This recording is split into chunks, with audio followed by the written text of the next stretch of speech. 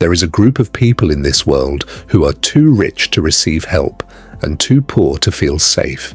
They have jobs, they have cars, they have homes, or at least they're paying for them. They go on vacation once a year, maybe twice. They buy new phones when the old ones break. From the outside, they look fine. But ask them privately, honestly, how they feel about money, and a very different picture emerges. Stressed, stretched, one bad month away from real trouble.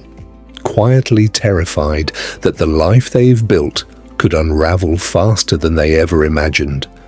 This is the middle class. And the uncomfortable truth is that millions of people living what looks like a comfortable life are standing on ground that is far less solid than it appears. The question is, why? And why does almost nobody talk about it? Meet Kevin and Lisa. Kevin and Lisa are in their late 30s. Kevin works in IT. Lisa is a school administrator. Together they earn a combined income that most people would consider very comfortable. They own a 4-bedroom house in the suburbs.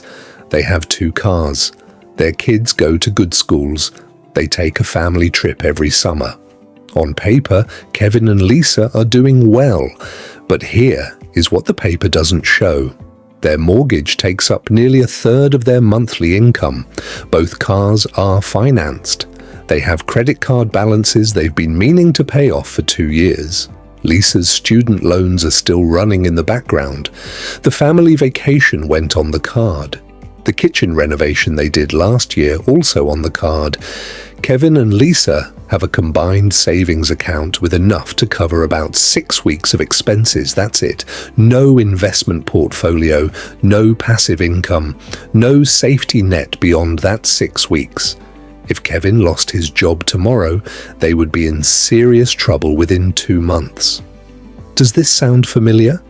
Because this isn't an unusual story. This is the story of millions of middle-class families across the world, living a life that looks comfortable from the outside, while quietly running on a financial treadmill that never seems to stop. Here's what's actually happening. The middle class is caught in a trap that is almost perfectly designed to keep them exactly where they are. It works like this. As income rises, lifestyle rises with it. A raise at work doesn't go into savings, it goes into a nicer car, a bigger house, better holidays, newer electronics. The spending expands to absorb every dollar of new income. Economists call this lifestyle inflation, and it is one of the most powerful and least discussed forces keeping middle-class families financially stuck. At the same time, the middle class is the primary target of the consumer economy. Every advertisement, every financing offer, every buy, now pay later scheme is pointed directly at people who have enough income to spend, but not enough financial knowledge to realize what that spending is costing them long term. And then there's debt. Middle-class debt is uniquely dangerous because it's respectable debt. Nobody questions a mortgage. Nobody raises an eyebrow at car payments or student loans. These are seen as normal, even responsible parts of adult life. But debt, even respectable debt, is a claim on your future income. Every dollar you owe is a dollar you haven't earned yet being spent today. And the interest on that debt quietly compounds in the background, draining wealth for years or even decades. The result is a class of people who earn well, spend everything they earn, owe significant amounts, and save almost nothing, while maintaining the appearance of financial stability. The reason this trap is so effective is that it exploits something deeply human, the need to belong and the fear of falling behind. The middle class defines itself largely through lifestyle. The house in the right neighborhood, the car that signals success, the vacations, the restaurants, the clothing brands. These aren't just purchases, they're identity statements. They say, I made it, I'm doing well, I belong here. And because everyone around you in a middle-class environment is doing the same thing, buying the same things, taking the same vacations, financing the same upgrades, it feels completely normal. It feels like what responsible, successful adults do. There's a psychological concept called social comparison theory. It simply means that humans constantly evaluate their own status by comparing themselves to the people around them. And when everyone around you is spending at a certain level, not spending at that level feels like falling behind, even if the spending itself is financially destructive. This is why middle-class people often feel poorer than people with lower incomes who have no debt and consistent savings. Because financial stress isn't just about how much you earn, it's about the gap between what you earn and what you owe. And for millions of middle-class families, that gap is much smaller than their lifestyle suggests. The consequences of this trap play out slowly and then all at once. For years, Kevin and Lisa feel fine, stretched, but fine. The payments are manageable. The lifestyle is good. There's always next year to start saving more seriously. Then something happens. A job loss, a medical emergency, a car that needs replacing, a child who needs more support than expected. Something that would be an inconvenience to a financially secure family becomes a crisis for a family whose safety net is 6 weeks of savings. This is what researchers call financial fragility, the condition of having an income that looks stable but a financial foundation that is actually extremely vulnerable. Studies consistently show that a large percentage of middle-class households could not cover an unexpected expense of even a few $100s without going into debt to do it, and the long-term consequence is perhaps the most painful of all. Retirement. The middle class, as a group, is dramatically underprepared for retirement. Decades of lifestyle inflation and debt servicing mean that by the time most middle-class workers reach retirement age, they have far less saved than they need and far less time to fix it. The treadmill doesn't stop, it just gets harder to keep running. Here's what nobody tells you about the middle class. The middle-class lifestyle, the house, the cars, the vacations, the gadgets, was largely invented and promoted by the same industries that profit from it. After the Second World War, mass production created an enormous supply of consumer goods.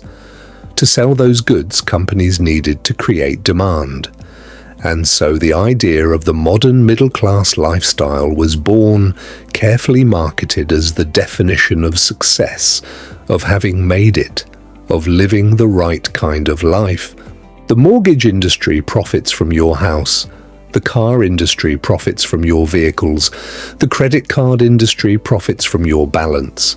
The retail industry profits from your wardrobe. Every element of the middle-class lifestyle has a profitable industry behind it, and those industries have spent decades making sure that lifestyle feels not just desirable, but necessary. You were sold a definition of success that happens to make other people very wealthy. And the cruelest part? The assets most middle-class people think they own, the house, the cars, are not really assets in the true sense. An asset puts money in your pocket. A house you live in takes money out of your pocket every month.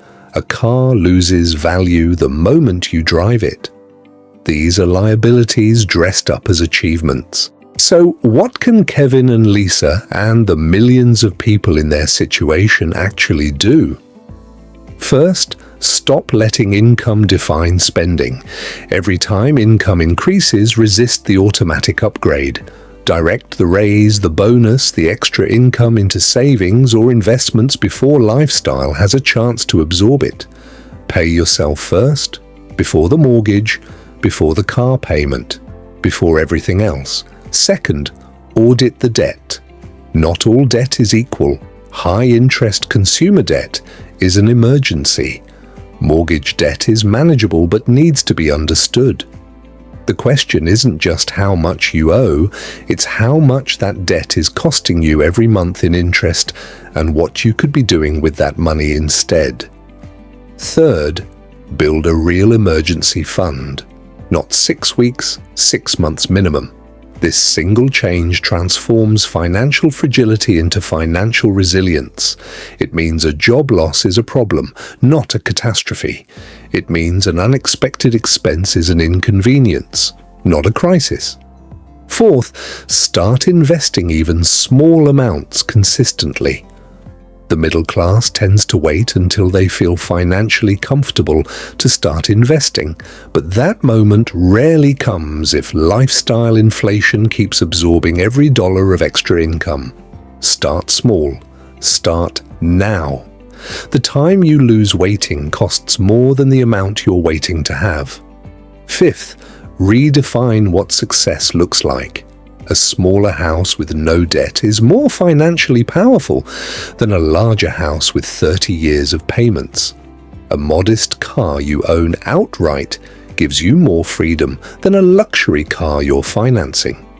Real wealth is not what you show, it's what you keep, what you own, and what works for you while you sleep. Kevin and Lisa aren't failures. They did everything they were told to do. They got the degrees, the jobs, the house, the cars. They followed the script. But the script was written by people who profit from them following it. The middle-class trap isn't a personal failure. It's a structural one, built on lifestyle inflation, consumer debt, and a definition of success, designed to keep people spending rather than building. The way out isn't dramatic. It doesn't require a windfall or a career change or a radical lifestyle overhaul overnight. It requires something quieter and more difficult. The willingness to question what success is supposed to look like, and the discipline to build something real beneath the surface of a life that already looks good. Because looking wealthy and being wealthy are two very different things. And the sooner you know the difference, the sooner you can start building the real thing.